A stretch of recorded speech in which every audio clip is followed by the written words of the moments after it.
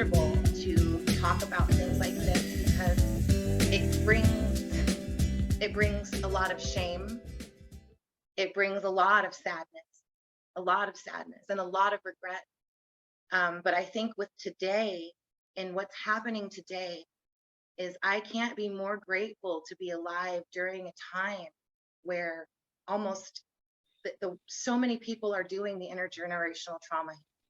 Right. So many people have decided, I'm not going to do the way I was taught. I'm going to be better. And I think the more we have that conversation about let's talk about what your ancestors did and not to judge, but just to come to a place of understanding, to give that space. Mhm. And then let's not repeat those same mistakes. Right. Let us show up for all of humanity. Let us coexist with equity and equality. And we don't have to repeat the patterns of what maybe perhaps my great great great grandfather did, who was in the war.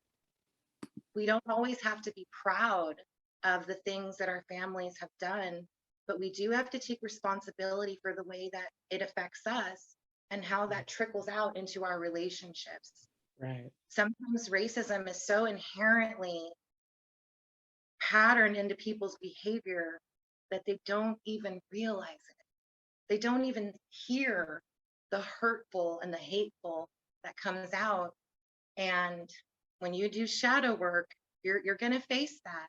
You're going to face, does this really align with who I want to be, with how I want to be perceived in the world? And a lot Mhm. of times the answer to that is no, it's not. Yeah. And it's a comfortable conversation, but I just think it needs to happen. That is so real. That is so real. Like you don't see yourself from out here. You don't hear yourself from out Yeah. here. And so to actually take that moment and be able to internalize and look at and work with it, that is huge.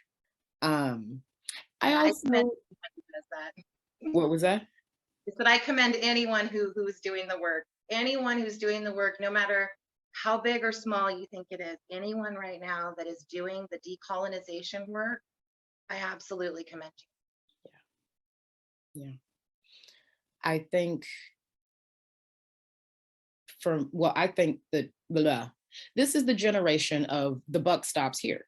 Like Yeah, that's my opinion. really I good. mean, but like, yeah, it's like we're talking about it so much, and we're going into so many different conversations in a public way that it's really altering how we interact with each other. And you talk about colonization in this this broad scope, but what does that actually look like individually within the family?